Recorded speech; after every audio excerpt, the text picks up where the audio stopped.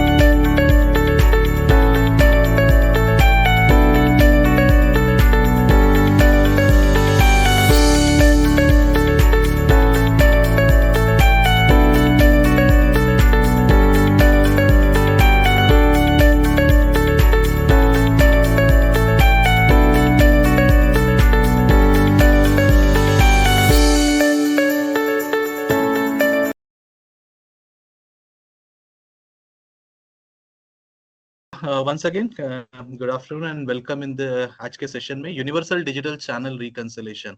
So basically आज के समय में जहाँ पे डिजिटल इकोनॉमी इतनी ग्रोइंग है, इतनी फास्ट है और मल्टीपल चैनल्स ऑलरेडी एक्टिवेट भी है एंड सेकेंडली बहुत ज्यादा पॉपुलर भी है. So we seen like earlier तो ATM was the ATM e-commerce या even like POS was the only option.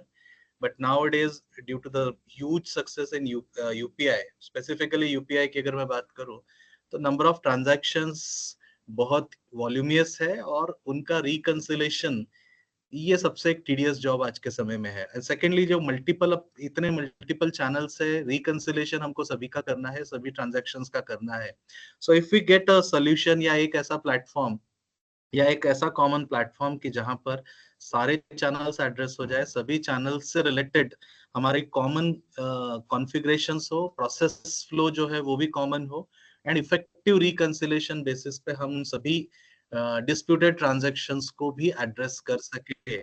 यही एस्पेक्ट से हम लोगों ने ये प्रोडक्ट जो है वो डिजाइन किया है कि जिसमें कि एक ही प्लेटफॉर्म पे आपको सभी चैनल्स का जो है वो एक्टिव लाइक सभी चैनल्स जिस पे एड्रेस हो जाए. तो वो मोस्ट इम्पोर्टेंट अगर मैं देखूं सो आपका एटीएम अगर मैं मेजर कैटेगराइज करूं सो एटीएम, आईएमपीएस एंड यूपीआई. सो इसमें सबसे ज्यादा लाइक लाउडियस्ट मैं बोलूंगा वो एटीएम है. ATM take care your your e-commerce and POS also. Rest of the things like IMPS and UPI. ATM में specifically we required a multiple channels में जहाँ पे कि switch पेमेंट आपका स्विच आ जाता है, सीबीएस आ जाता है, then NPC and then one more thing is the terminal that is a ईजेबुल.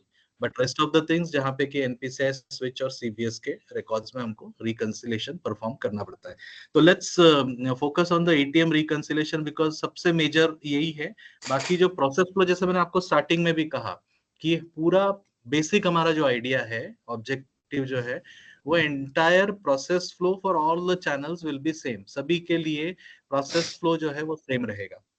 सो जो एंटायर प्रोडक्ट है उसको हम लोगों ने कुछ इस तरीके से बाइफर्केट किया. आपका सबसे पहले तो कॉन्फ़िगरेशन सेक्टर जहाँ पे कि हमको जो बेसिक वन टाइम कॉन्फ़िगरेशन करना है to smoothly perform the reconciliation process, जिसमें कि आपके ब्रांच एडजस्टमेंट अकाउंट ये हमको वन टाइम यहाँ पे मैपिंग करनी है. सो जितनी भी हमारी ब्रांचेस रहेगी वन बाय वन उसके हर ब्रांच के अकाउंट नंबर वन टाइम हमको यहाँ पे मैप करना है. देन योर हेड अकाउंट जो हेड ऑफिस में जो हमारा ब्रांच का अकाउंट है उसका मैपिंग करना है.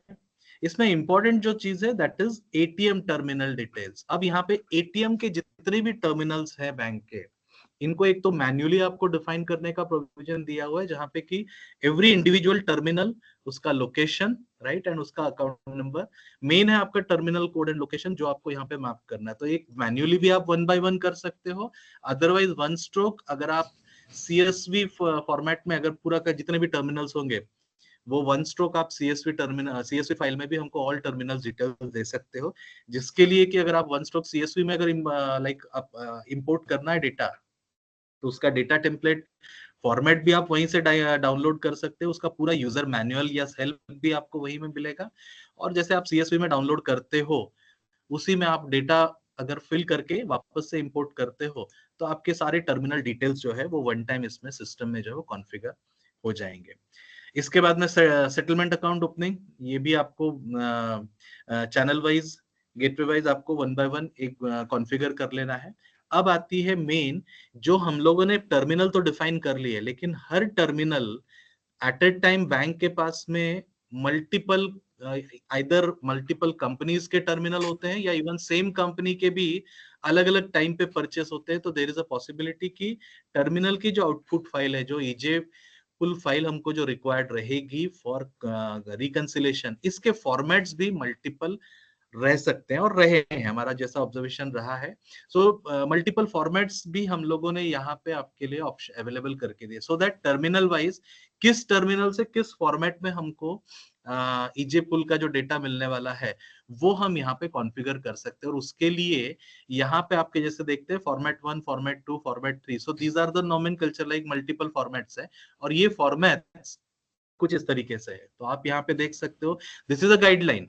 ये गाइडलाइन आपको ऑनलाइन वहीं पे आपको एक्सेस मिलेगी। आप इस गाइडलाइन को फॉलो करते हुए आपका फॉर्मेट 1 है, फॉर्मेट 2 है, फॉर्मेट 3 है, ये आप डिसाइड कर लेंगे। ये आपने एक बार फाइनलाइज कर लिया तो according to that terminal wise आपको जो है वो यहाँ पे फाइल फॉर्मेट जो है वो कॉन्फ़िगरेशन मैपिंग करने का ऑप्शन मिल जाएगा। सो जैसे आपके सारे टर्मिनल के फाइल फॉर्मेट सेट हो गए, सो आपका बेसिक कॉन्फ़िगरेशन एरिया जो है दैट इज कंप्लीटेड।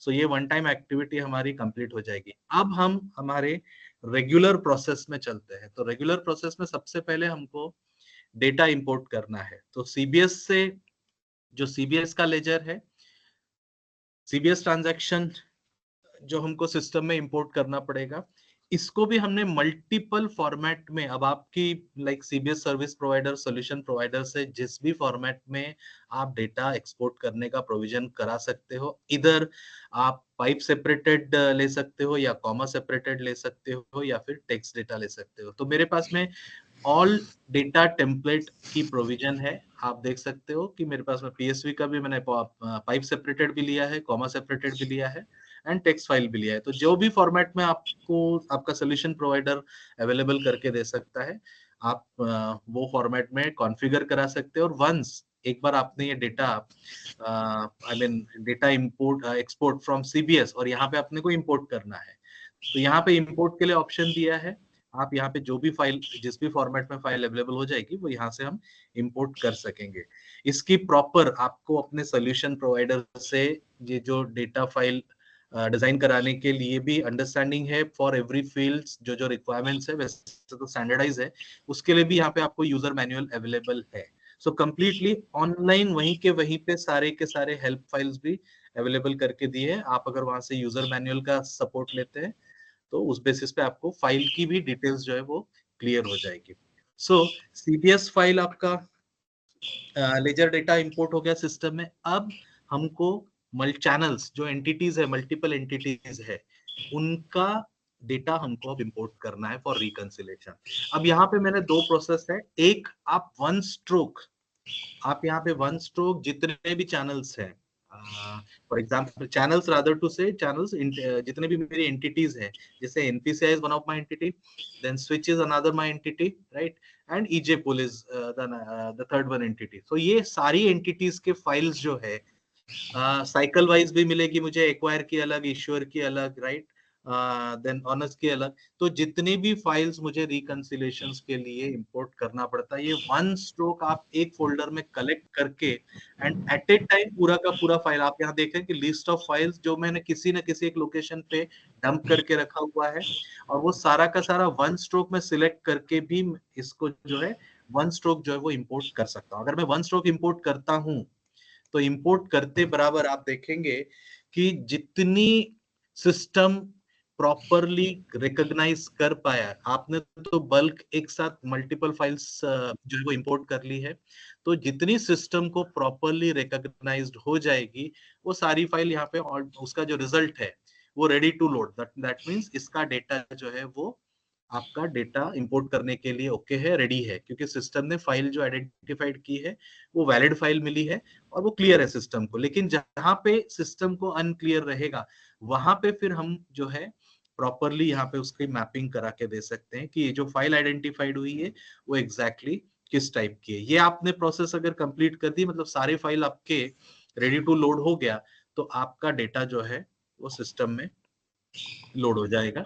ये एक प्रोसेस है। अदरवाइज अगर वन बाय वन भी हमको करना है तो मल्टीपल सबके पास में जैसा भी सोर्स अवेलेबल है उस तरीके से वन बाय वन भी हम जो है वो फाइल इसमें सिस्टम में जो है वो इंपोर्ट कर सकते हैं। तो वन स्ट्रोक इंपोर्ट करना है वो भी फैसिलिटी है।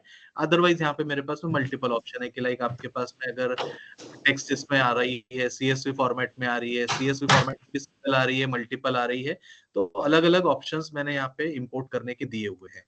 आप जो भी प्रोविजन लेते हो, जैसे मैंने यहाँ पे मल्टीपल फाइल्स लिया है, आइदर टेक्स्ट और सीएसवी, राइट।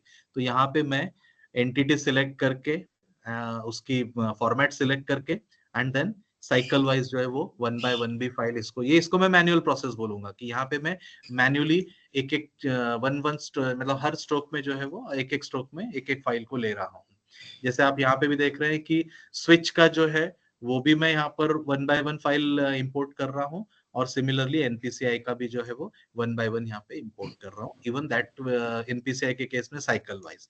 तो वन बाय वन आपको यहाँ पे इंपोर्ट कर, देन आपका ईजे पुल का डेटा है टर्मिनल वाइज, ये भी आपको यहाँ पे one by one manual import का प्रोविजन दिया है। तो दिस इज माय चॉइस कि इधर टू गो सिंगल मल्टीपल वाला जो ऑप्शन है जिसमें कि वन स्ट्रोक हम सारे फाइल इंपोर्ट कर सकते हैं, या फिर वन बाय वन, राइट। अब हमारा डेटा इंपोर्ट हो गया है। डेटा इंपोर्ट होने के बाद में भी लाइक कोई फाइल लाइक गलत समझ में आ रही तो आप एनी टाइम डिलीशन का भी ऑप्शन है। तो डेटा इंपोर्ट होने के बाद में now we can perform the reconciliation. हमारा कॉन्फ़िगरेशन ओके है, हमारा डेटा इंपोर्ट हो गया है। Now we are going into the reconciliation area. जब मैं रिकंसिलेशन करने जाता हूँ तो यहाँ पे मेरे पास में दो ऑप्शन है, रिकंसिलेशन एंड हिस्ट्री डेटा। तो जितना डेटा मेरा रिकंसाइल हो चुका है, अगर मैं शो हिस्ट्री पे भी क्लिक करता हूँ तो I will get all the ideas कि मेरे पास में कौन कौन सी डेट के कौन कौन से चैनल्स का कितना डेटा इंपोर्ट हो चुका है, एंड उस बेसिस पे रिकंसिलेशन मेरे परफॉर्म होने के बाद में उसमें से कितना डेटा रिकंसाइल क्लियरली सिस्टम को हो चुका है। इसका पूरा हिस्ट्री भी मिल सकता है। अदरवाइज मैं आफ्टर इंपोर्ट अगर मैं रिकंसिलेशन करता हूँ तो सिस्टम रिकंसिलेशन करने के बाद में भी यहाँ पे मेरे को पूरा रिजल्ट जो है वो टोटल उसको कितने काउंट्स मिले डिफरेंट एंटिटी वाइज, इसका पूरा रिकॉर्ड यहाँ पे जो है डैशबोर्ड फॉर्म में आपको शो कर देगा। एंड अब रिकंसिलेशन आपका हो चुका है, तो रिकंसिलेशन में आपको क्लियरली आइडिया आ गई है कि कितना डाटा रिकंसाइल हुआ है और कितना अनरिकंसाइल पड़ा है। अब एक और ऑप्शन यहाँ पे दिया है मैनुअल रिकंसिलेशन का। ये इस पॉइंट ऑफ व्यू से दिया है कि जो रिकॉर्ड्स हमारे ऑन ब्रांच लेवल पे, जिस लेवल पे ब्रांच से ही मेनली अगर सेटल हम कर चुके हैं या जिसको एड्रेस हम कर चुके हैं मैन्युअली, एंड इमीडिएटली अगर कस्टमर इमीडिएटली अगर उसको कोई डिस्प्यूट रेज हुआ है उसके एंड पे, वो इमीडिएटली ब्रांच पे जाके अगर सेटल अपना कर लेता है, तो ऐसे ट्रांजेक्शंस को मैन्युअली हमको यहाँ पे जो है वो रिकंसाइल करना है, राइट। ये रिकंसिलेशन होने के बाद मतलब basically system reconciliation and manual reconciliation, ये दोनों आपके स्टेप अगर क्लियरली परफॉर्म हो गए तो यहाँ पे आपको डिस्प्यूट्स में जो है वो क्लियरली अब जो डिस्प्यूटेड ट्रांजैक्शंस या टोटली अनरिकंसाइल्ड जो ट्रांजैक्शंस है जो कि हमको dispute one by one clear करना है, उसमें हमको क्लियरली यहाँ पे आइडेंटिफाइड होके सिस्टम की तरफ से मिल जाएगी। तो दैट्स व्हाई एक है हमारा सिस्टम जनरेटेड रिकंसिलेशन जो कि सिस्टम ने वन स्ट्रोक वन क्लिक पे यहाँ पे कर दिया है, और बाद में पोस्ट दैट मैनुअल रिकंसिलेशन। और इवन मैनुअल रिकंसिलेशन में भी मान लीजिए कोई रिकॉर्ड जो हमने मैन्युअली रिकंसाइल किया था अगर वो भी गलत है, वो भी इमीडिएटली लाइक एड्रेस हो जाता है कि वो गलत है, तो यहाँ पे रोल बैक का भी ऑप्शन हमने दिया है। तो जितने मैन्युअली रिकंसाइल ट्रांजैक्शन रहेंगे हम उनको रोल बैक भी कर सकते हैं, दैट मीन रिवर्स भी कर सकते हैं। तो मेन है रिकंसिलेशन में auto reconciliation and manual reconciliation, right. ये दोनों प्रोसेस आपकी कंप्लीट हो गई तो देन आप डिस्प्यूट सेक्शन में जब आएंगे तो यहाँ पर entity wise and format wise जो है वो आपको डिस्प्यूटेड ट्रांजैक्शन सिस्टम जो है वो entity and format wise one by one हम एक एक एंटिटी और एक एक फॉर्मेट लेके एंड देन डिस्प्यूटेड ट्रांजैक्शंस को जो है वो एड्रेस कर सकते हैं, राइट। सो एड्रेस करते समय जो हमको क्लियर, जो जो जितने रिकॉर्ड्स हमको क्लियर करना है वन बाय वन, यहाँ पे चेकबॉक्स दिया है। आप जितने ट्रांजैक्शन डिस्प्यूटेड दिख रहे हैं, अगर आप डिसीजन लेना है क्लियरली, आपको उसको सेटल करना है, तो आप यहाँ से सिलेक्ट करके with your remarks you can save it. और ये जो रिकॉर्ड हम यहाँ पे रेज कर रहे हैं, डिस्प्यूटेड ट्रांजैक्शन को जो हम सेटल कर रहे हैं, वो सारे रिकॉर्ड्स जो है वो ऑथराइजेशन के लिए जाएंगे। So there is a maker and checker policy रहेगी इसमें। मेकर चेकर पॉलिसी के अकॉर्डिंग जो भी आई मीन ऑथराइजेशन के लिए जो भी अथॉरिटी यूजर रहेगा, उसको ये सेम ट्रांजैक्शन जो कि यहाँ से हमने क्लियर किया है डिस्प्यूट एरिया से, वो उनको ऑथराइजेशन के लिए अवेलेबल रहेगा। They will check all the details and then इसको जो है वो आई मीन ऑथराइज करेंगे। एंड देन इसके बाद में अगर मान लीजिए मुझे डिलीट करना है, तो जैसे इस तरीके से आपको ऑथराइजेशन में भी सारी डिटेल्स रहेगी। यहाँ पे आरआर नंबर के साथ में मीन ऑल द डिटेल्स, सभी डिटेल्स आपको यहाँ पे अवेलेबल रहेगी वाइल ऑथराइजेशन करते समय भी और डिलीट करते समय भी। जैसे मैं आरआर नंबर पे भी अगर क्लिक करता हूँ तो I will get all the details कि एनपीसीआई फॉर्मेट से आया हुआ सारा डिटेल्स आपको यहाँ पे, एंड स्विच से आया हुआ सारा डिटेल्स, उसी ट्रांजेक्शन का काउंटर ये आपको रिवर्सल मिल जाएगा। तो आप यहाँ से लाइक अगर डिलीट करना है तो हम इसको वापस से डिलीट भी कर सकते हैं। And then settlement account transaction. So जैसे मैनुअल जो ट्रांजैक्शन हम लोग जो मैनुअल रिकंसाइल किया है, क्योंकि हमको बैलेंस मैनेज करना है, बैलेंस जो है मेरा सीबीएस बैलेंस एंड यहाँ पे सिस्टम जनरेटेड बैलेंस, ये दोनों ही मेरे क्लियरली मैच होना चाहिए। इस पॉइंट ऑफ व्यू से हम सेटलमेंट अकाउंट ट्रांजैक्शन में मैनुअल यहाँ पे क्रेडिट एंड डेबिट ट्रांजैक्शंस को अकाउंट्स के अगेंस्ट में जो है वो डेबिट एंड क्रेडिट ट्रांजैक्शन पास करने का दिया है, ताकि आपका बैलेंस विद सीबीएस जो है वो मैच हो सके। तो प्रोसेस में अगर हम देखेंगे सीक्वेंशियल प्रोसेस में, सबसे पहला one time configuration, then data import करने के बाद में इसकी इंटरनल वैलिडिटी जो है वो डेटा की, वो सारी वेरिफिकेशंस सिस्टम खुद ही करके आपको आइडेंटिफाइड करके दे ही रहा है। And post that reconciliation, and reconciliation के बाद में मैनुअल रिकंसिलेशन और रिकंसिलेशन, ये दोनों के सपोर्ट में हम डिस्प्यूट को जो है वो सेटल करेंगे। और डिस्प्यूट्स अगर हमारे सेटल हो गए तो फाइनली जो भी मैनुअल रिकंसिलेशन ट्रांजैक्शन के अगेंस्ट में हमने सेटलमेंट ट्रांजैक्शन पास करके बैलेंस मैच कर दिया, तो आपकी ये पूरी साइक्लिक प्रोसेस जो है वो कंप्लीट हो जाती है। अब जो हमको सेटलमेंट फाइल भी आती है, इसको भी हमने सिस्टम में इंपोर्ट करके रिपोर्टिंग पॉइंट ऑफ व्यू से उसको भी यहाँ पे रखा हुआ है। सो उसके लिए भी दो बेसिक कॉन्फ़िगरेशन है। सबसे पहले तो आपके जितने डेली सेटलमेंट फाइल के जो मेन पैरामीटर्स हैं, उसमें से जितने हमको एक्टिव रखते हैं और इनको ट्रांजैक्शन, जिस पे ट्रांजैक्शंस परफॉर्म होते हैं, ये दोनों का चेक मार्क्स यहाँ पे दिया हुआ कॉन्फ़िगरेशन वन टाइम। एंड इसके बाद में वही सेम पैरामीटर्स के अगेंस्ट में उनके अकाउंट्स, राइट। ये दोनों वन टाइम एक्टिविटी है मास्टर्स की, सो दैट हमारी डेली सेटलमेंट की जो फाइल है वो हम यहाँ पे इजीली इंपोर्ट कर सके। यहाँ पे भी single file and multiple file same way import करने का ऑप्शन है। जितनी सेटलमेंट फाइल आती है एनपीसीआई से, वो पूरी मल्टीपल वन स्ट्रोक भी आप इंपोर्ट कर सकते हैं, otherwise single entity and format select करके भी जो है वो इंपोर्ट कर सकते हैं, सो दैट आपका डेली सेटलमेंट का जो प्रोसेस है वो भी यहाँ पे क्लियरली रिपोर्ट हो।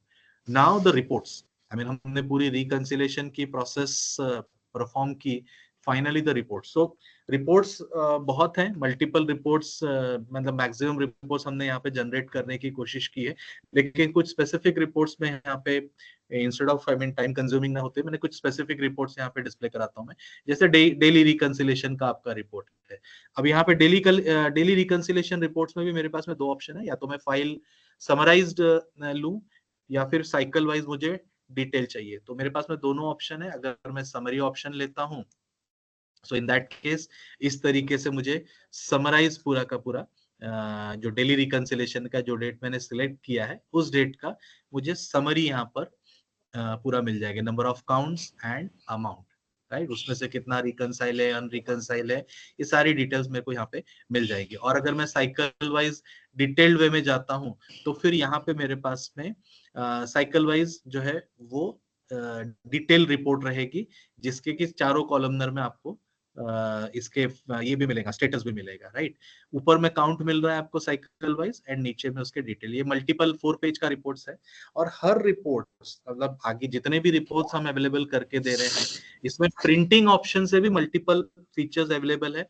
फॉर एग्जाम्पल जैसे आप पेपर साइज अपने हिसाब से प्रिंटिंग जब लेंगे तो पेपर साइज आप अपने हिसाब से सिलेक्ट कर सकते हो, उसका पेपर ओरिएंटेशन। और अगर आपको डेटा एक्सपोर्ट करना है मतलब जो रिपोर्ट जनरेटेड है इसको अगर मुझे एक्सपोर्ट करना है तो मल्टीपल फॉर्मेट में मैं इनको एक्सपोर्ट भी कर सकता हूँ। फॉर एग्जांपल मुझे एक्सेल में करना है, वर्ड फाइल में करना है, पीडीएफ में करना है, तो जो जनरेटेड रिपोर्ट स्क्रीन पे भी आप देख रहे हैं इनको आप मल्टीपल फॉर्मेट में जो है वो एक्सपोर्ट भी कर सकते हो। तो ये जैसे हमने एक देखा daily reconciliation reports, file transaction report, batch transaction report, there are various report. अब एक और रिपोर्ट में दिखाता हूँ अनरिकंसाइल्ड ट्रांजैक्शन का रिपोर्ट। सो यहाँ पर भी अगेन मैं एंटिटी फॉर्मेट और डेट सिलेक्शन के बाद में I have again the filter option, या तो मैं ऑल ट्रांजैक्शन लूं या फिर सिर्फ financial transaction and non financial transaction, right. तो मुझे ऑप्शन या तो फिल्टर मैं फिल्टराइज कर सकता हूँ यहाँ पे फाइनेंशियल और नॉन फाइनेंशियल, या फिर मैं all transaction and entity and format जैसा सिलेक्ट करूंगा उस बेसिस पर यहाँ पे मेरी रिपोर्ट जनरेट होगी। अब मैंने चॉइस और भी मेरे पास में चॉइस थे सक्सेस, अनसक्सेस और ऑल, तो मैंने सक्सेस वाला ऑप्शन लिया है। तो यहाँ पे एक मेरी रिपोर्ट जो है, अब ये रिपोर्ट काफी लंबी है, सिंगल एक स्क्रीन पे नहीं हो सकती इसलिए मैंने उसको डिवाइड किया। फर्स्ट जो ऑप्शन आप देख रहे हैं यहाँ पे that is half report and then उसी का कंटिन्यूटी में आपको यहाँ पे लास्ट में आप देख रहे हैं स्टेटस जिसका सक्सेस है, बिकॉज मैंने फिल्टर में सक्सेस लगाया था। तो ये मेरा रिपोर्ट जनरेट हो गया। उसी तरीके से आपका एंटिटी ट्रांजैक्शंस सर्च रिपोर्ट आप निकाल सकते हैं, डिस्प्यूट ट्रांजैक्शंस का रिपोर्ट सेपरेटली जनरेट कर सकते हैं, एंटिटी वाइज भी समरी रिपोर्ट जनरेट कर सकते हैं। एक और मैं यहाँ पे रिपोर्ट जैसे मैंने यहाँ पे अवेलेबल करी है एनपीसीआई की, सीबीएस की भी समरी एंड डिटेल, राइट। तो अगेन जो फिल्टर मैं समरी ऑप्शन लूंगा तो समरी में आएगा, डिटेल में लूंगा तो डिटेल में आऊंगा। तो जैसे मैंने आपको कहा कि हर रिपोर्ट्स में आपके ये ऑप्शंस आपको बाय डिफॉल्ट अवेलेबल रहेंगे, जिसके बेसिस पे आप अपना प्रिंट जो ऑप्शन है या एक्सपोर्ट ऑप्शन है वो आप अपने हिसाब से कर सकते हैं। तो ये पूरा सिक्वेंशियल वर्कफ्लो जो हम एटीएम के लिए फॉलो कर रहे हैं, the same sequential workflow except EJ pull का अगर सेक्शन छोड़ दिया जाए तो बाकी प्रोसेस सेम यूआई बेसिस पे हम यूपीआई और आईएमपीएस का भी जो प्रोसेस है रिकंसिलेशन का वो सेम इसी तरीके से परफॉर्म कर सकते हैं, राइट। तो मेथड एंड प्रोसेस बिल्कुल सेम रहेगी। चूंकि एटीएम के केस में ईजे पूल एक एक्स्ट्रा फैक्टर है, एक एक्स्ट्रा एडिशनल एंटिटी है। सेकेंडली एटीएम में थोड़ी सी कॉम्प्लेक्सिटी है, तो इसी पॉइंट ऑफ व्यू से हमने एटीएम को ब्रॉडली यहाँ पे प्रेजेंट किया है। बाकी process flow and configurations and even UI everything is same for UPI as well as IMPS, so that आपको ऑप्शन में जब आप मॉड्यूल में अगेन इवन रिकंसिलेशन का आप जो अथॉरिटी है आई मीन जो राइट्स है वो भी अगर आपके यहाँ पे लाइक रिकंसिलेशन अगर यूपीआई का कोई और करता है, आईएमपीएस का कोई और करता है, तो आप यूजर क्रिएशन यूजर राइट्स के थ्रू इवन इसके मॉड्यूल्स के राइट्स भी आप अलग अलग लोगों को दे सकते हैं, या फिर सिंगल पर्सन कैन परफॉर्म, एक ही पर्सन आपका ये तीनों मेजर जो कैटेगरी है एटीएम आईएमपीएस एंड यूपीआई, ये तीनों का रिकंसिलेशन जो है वो सिंगल वन यूजर भी इसको परफॉर्म कर सकता है। तो वो यूजर राइट्स का टिपिकल आई मीन जैसे हर सॉफ्टवेयर में होता है यूजर क्रिएशन देन उसके रोल्स एंड राइट्स, वो टिपिकल इसलिए मैंने उसको स्किप कर दिया। आप वहां से सेट कर सकते हैं और यहाँ पे मॉड्यूल जो सिलेक्ट करूंगा ड्रॉप डाउन से उस मॉड्यूल पे जैसे आप सिलेक्ट करोगे द प्रोसेस विल स्टार्ट। जो हमने अभी पूरी प्रोसेस जो देखी यही प्रोसेस यूपीआई की है और यही प्रोसेस आपकी आईएमपीएस की है। तो इस तरीके से हमने सिंगल प्लेटफॉर्म पे पूरा ऑल चैनल्स को लाने का कोशिश किया है। आई होप कि जो प्रोसेस फ्लो मैंने आपको बताई है रिकंसिलेशन की, इसीलिए हमने इसको नाम दिया यूनिवर्सल डिजिटल रिकंसिलेशन, क्योंकि एक ही वे में एक ही तरीके से एक ही प्रोसेस से एंड कॉमन कॉन्फ़िगरेशन के साथ में आपके सारे चैनल्स जो है वो एड्रेस हो जाए। आई होप पूरी प्रोसेस आपको क्लियर हुई होगी और पूरे प्रोसेस फ्लो में कहीं कुछ स्किप मेरे तरफ से पॉइंट नहीं।